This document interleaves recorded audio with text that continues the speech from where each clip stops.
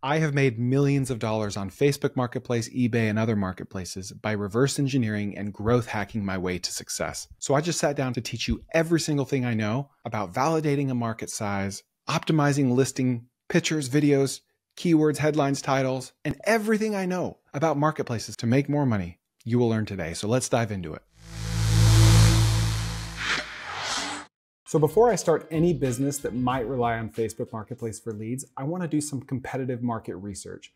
I need to know, is there more demand than there is supply in both my market and benchmark markets that have similar demographics and similar population sizes? So I'm doing research for Plano, Texas, which has about 290,000 people in it. Frisco and McKinney are cities that have similar demographics and similar population sizes that just happen to be right next to Plano. So McKinney has 215,000 people and Frisco has 225,000 people. They're similar with race, age, income, demographics. So it's a perfect barometer to know how many competitors am I going to have if I start X, Y, or Z business. That has to rely on Facebook Marketplace for leads. So I'm going to make a very simple Google spreadsheet here to keep track of these listings in competitive markets. Then when I set a radius on Facebook Marketplace, I'm going to make it a tight radius because I don't want to account for firewood companies an hour away that might deliver to Plano, Texas. I only want to know which ones are in Plano, Texas, because that's the only way I can keep my variables constant. Facebook is going to show me some listings that have firewood in the title, some that have it in the description. So I'm going to have to use my common sense to know before clicking if this is a relevant listing to me or not.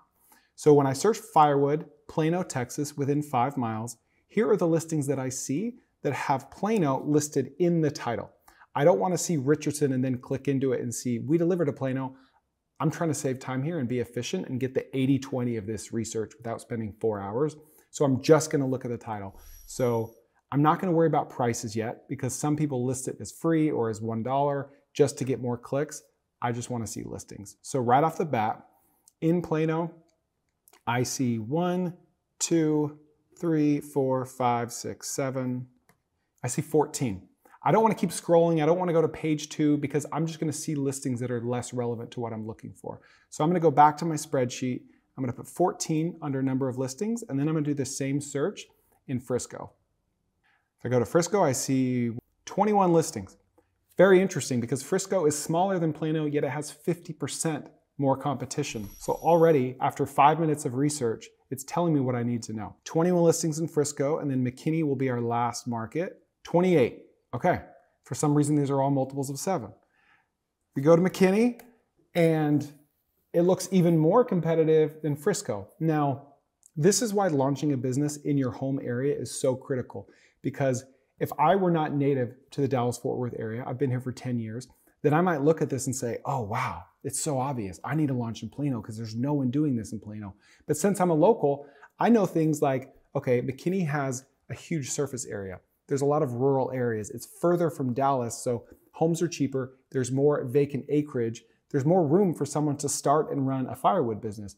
Plano is right up against Dallas. It's a little more urban. The lots are much smaller. There's more infill. There's not a lot left to build in Plano. So the likelihood of someone starting a firewood business in Plano is much smaller than someone starting a firewood business in Frisco or McKinney. But this is a good thing if I'm in Plano. This means that there's an opportunity for someone in Plano to start a business. A, there are less direct competitors nearby. B, they're closer to Dallas, where there's 2 or 3 million more people. So I'm going to do some quick division here and see what we're working with.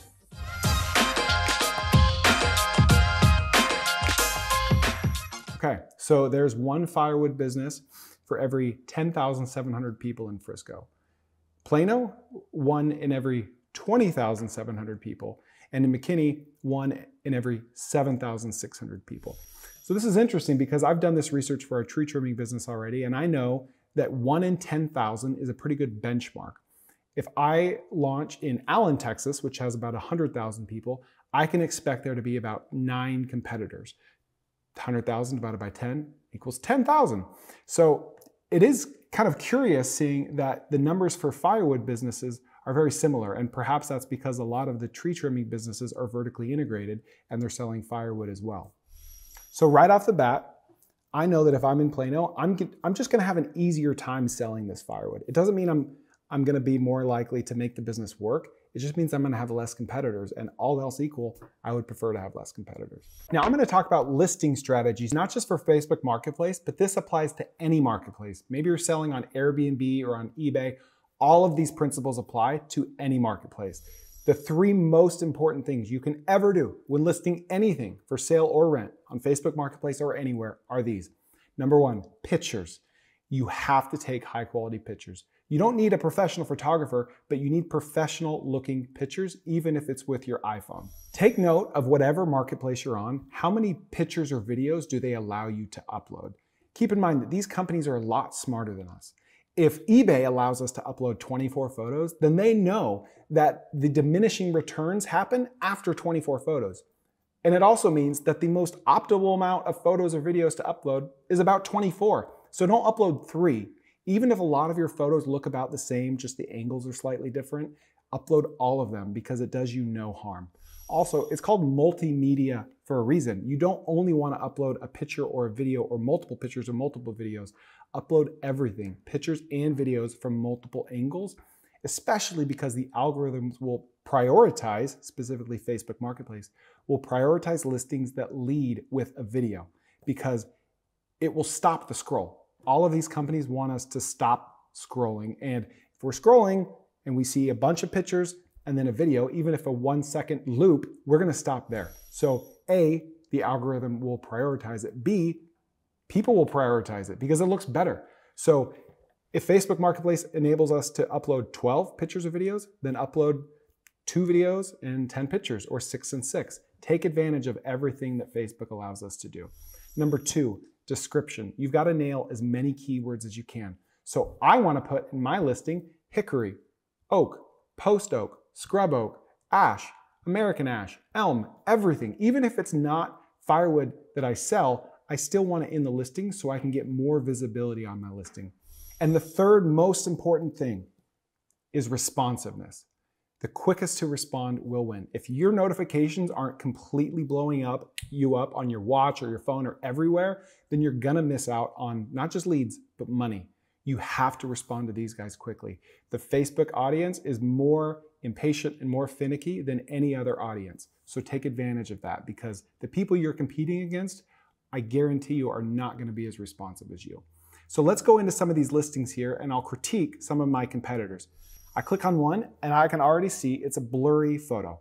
Like I can barely see it's firewood. He only has 3 photos. This is taken in the dark. The lighting is terrible. His description, firewood for sale in Plano, 1/8 cord or 1/4 cord, pickup or delivered, call text Matt for pricing, hidden information. Here's what hidden information means.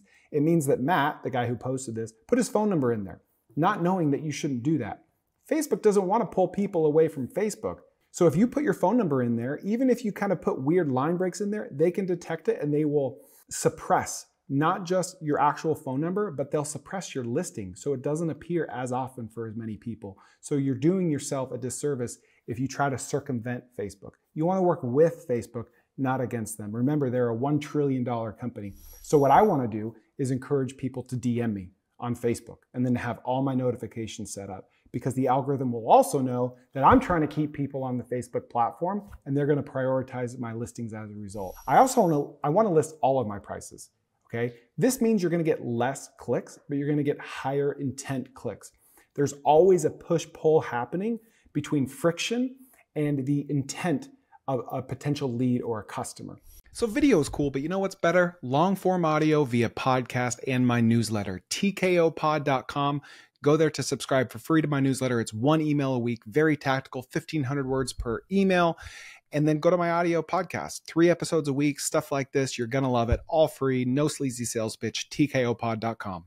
If I put hardly any info in here, it will lead to more leads, but those leads will be much more weak. They're going to be less intent. They're not going to want to spend money with me, and I'm going to spin my wheels and waste my time. So put enough relevant information in there to trigger all the keywords that people are searching for and to incentivize someone to reach out to you to close the sale. But don't put too much in there to where there's nothing left up to the imagination. Now I'm going to show you what I did with my listing. So, and kind of walk you through what I was thinking as I did it. So you'll notice that a lot of the other listings just said firewood in the title. That is wasted real estate. That's like owning a block of Manhattan and grazing cows on it. It makes no sense. You want to put a skyscraper there, take advantage of it. I want to use every character I can in the title because those characters are 10 times more valuable than your description. They don't have to click to read it.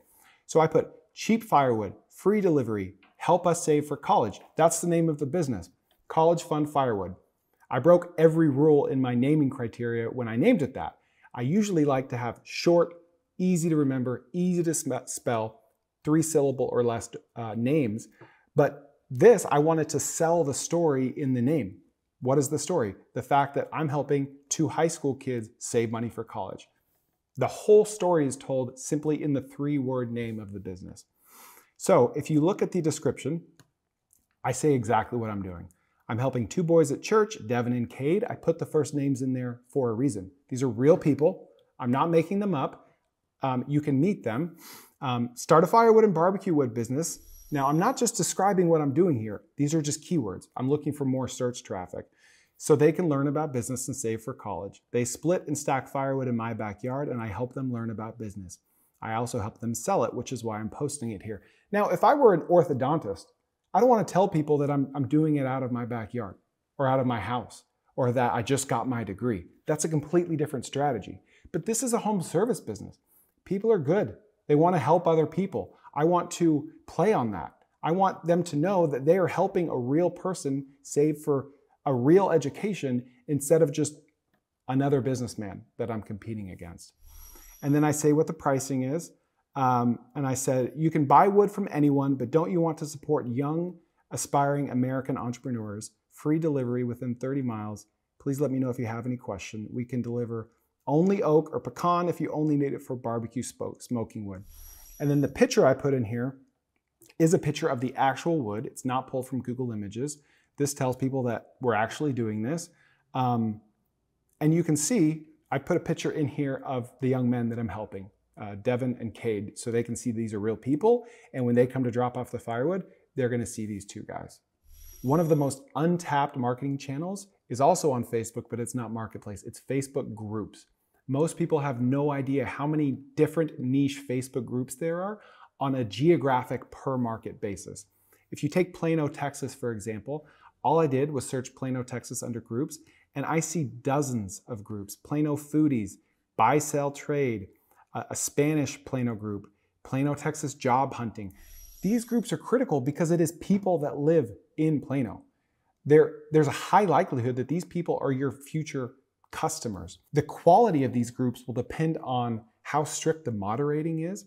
The best thing you can do is join these groups and start asking engagement bait questions, such as, hey, I own a tree trimming business and I want to take my guys out for tacos. What are the best tacos in Plano? You'll get a ton of responses because food is very opinionated and polarizing. Or you can go in there and say, hey, what are the best neighborhoods in Plano to raise a family? Where are the best neighborhoods for school districts in Plano? What happens when you ask these questions is that the Facebook algorithm will eventually, it usually only takes about a week, tag your account as a top contributor and give you a badge, which means after you earn that badge of trust from Facebook, you can start posting more deliberate salesy questions such as, hey, I've been in here for a little while. Thanks for answering all my questions. I own a firewood business. I'm trying to support my family. I'm a school teacher. I'm saving for college. Whatever your actual story is, tell it and people will want to support you. And the algorithm will support you because you've already been adding value to the group without asking anything in return for the first week or 2.